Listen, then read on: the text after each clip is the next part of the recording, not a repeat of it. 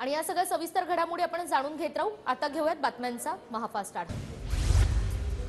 Supreme कोर्टाच्या झापण्याला आम्ही फार किंमत देत नाही। कोर्टाच्या झापाझापीचं आम्ही स्वागत करतो, पण निर्णयाचं काय? कोर्टाने झापून सुद्धा नार्वेकरांचा निकाल हुकुमशाहीसारखा, संजय राऊतांचं वक्तव्य। मुख्यमंत्र्यांना वर्षावर गुंडांच्या टोळ्या येऊन भेटतात। महिनाभरात वर्षावर आणि मंत्रालयाच्या 6व्या मजल्यावर गुंड टोळ्यांच्या म्होरक्याबरोबर बैठका, राऊतांचा आरोप। कुणी भेटायला येतं त्याला मर्यादा घालता येत नाहीत। फोटो काढण्यासाठी आलेल्यांना नाही म्हणता येत नाही। संजय राऊतांच्या टीकेनंतर मंत्री दीपक केसरकरांचं प्रत्युत्तर। राज्यात सरकार निर्मित गुंडाराज, सरकारचे बगलबच्चे अधिकाऱ्यांना धमक्या देतात, नाना पटोलेंचा आरोप। मोदी 78 मिनिटं फक्त काँग्रेसवर बोलले। मोदींच्या मनातली काँग्रेसविषयीची भीती जात नाही, संजय राऊतांची टीका। अजित पवारांच्या देवगिरी बंगल्यावर आज सायंकाळी 7 वाजता बैठक। भुजबळांची नाराजी आणि राजीनाम्याच्या भूमिकेवर चर्चा होणार। अजित पवार गटाचे नेते, मंत्री आणि आमदार बैठकीला उपस्थित असणार। अपात्रतेसंदर्भातील नार्वेकरांच्या निकालाविरोधातील याचिकेवर 12 फेब्रुवारीला सुनावणीची शक्यता। काल सुप्रीम कोर्टात कपिल सिब्बल यांच्याकडून प्रकरण मेन्शन। राज्यातील विविध महापालिका आणि नगरपालिकेचे कंत्राटी कर्मचारी आज राज ठाकरेंची भेट घेणार। कंत्राटी कर्मचाऱ्यांच्या किमान वेतनवाढीच्या मुद्द्यावर चर्चा होणार। शरद पवार झुकत नाहीत म्हणून काहींना ते नकोत, पवार हो म्हणत नाहीत म्हणून काहींना त्यांचा त्रास होतो। जयंत पाटलांचा अजित पवार गटावर निशाणा। काही लोकांसाठी राष्ट्रवादीनं मंत्रिपद रिक्त ठेवलं, मंत्री दीपक केसरकर यांचं सूचक वक्तव्य। पियुष गोयल मुंबईतून लोकसभा निवडणूक लढणार असल्याची चर्चा, तर मुंबईतल्या 6 लोकसभा मतदारसंघावर भाजपच्या केंद्रीय नेतृत्वाचं विशेष लक्ष, सूत्रांची माहिती। मनोज जरांगे आजपासून 4 दिवस आळंदी, मुंबई, नाशिक आणि बीड दौऱ्यावर। आज मनोज जरांगेंचा आळंदीमध्ये मुक्काम, तर उद्या दादरमध्ये वकिलांसोबत जरांगेंची बैठक। शंभूराज देसाई वेगवेगळी वक्तव्य करत आहेत। डिसेंबरपासून शिंदे समितीनं केलं काय? मनोज जरांगे पाटील यांचा सवाल, तर शिंदे समिती काम करत नाही असं दिसतंय, जरांगे पाटलांचा आरोप। छगन भुजबळांनी नाभिक समाजाची माफी मागावी, त्यांनी जाणून बुजून नाभिक समाजाची बदनामी केली, जरांगेंची टीका।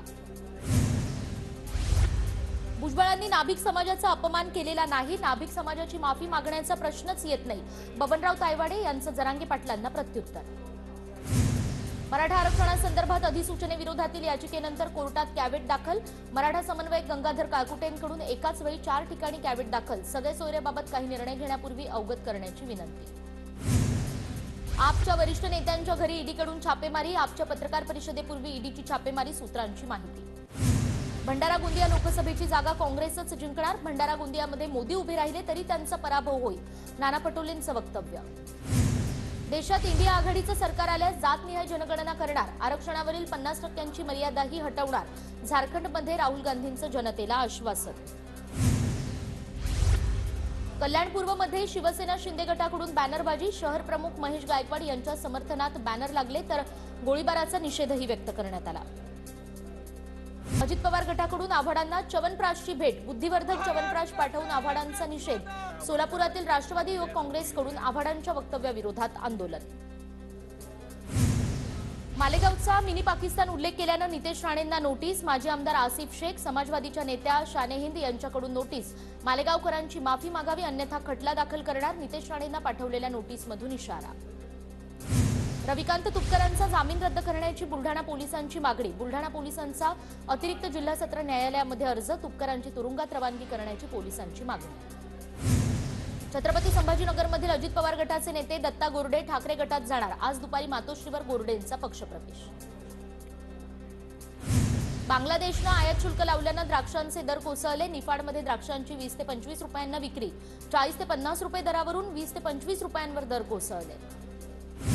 निवडणुकांच्या अनुषंगानं 3 राज्यातील अधिकाऱ्यांची बैठक, महाराष्ट्रासह तेलंगणा आणि कर्नाटक राज्यातील अधिकाऱ्यांची बैठक, आगामी निवडणुकांच्या पार्श्वभूमीवर नियोजन सुरू।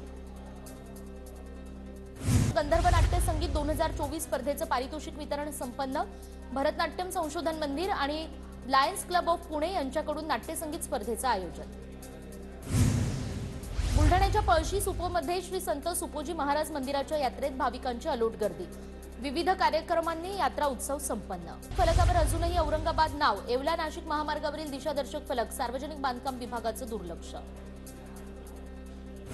नागपुरातील संविधान चौकात आदिवासी गोंडगोवारी आंदोलकांचं आमरण उपोषण सुरूच, गोंडगोवारी समाजाला एसटीतून आरक्षण देण्याची मागणी, आमरण उपोषणाचा 12वा दिवस।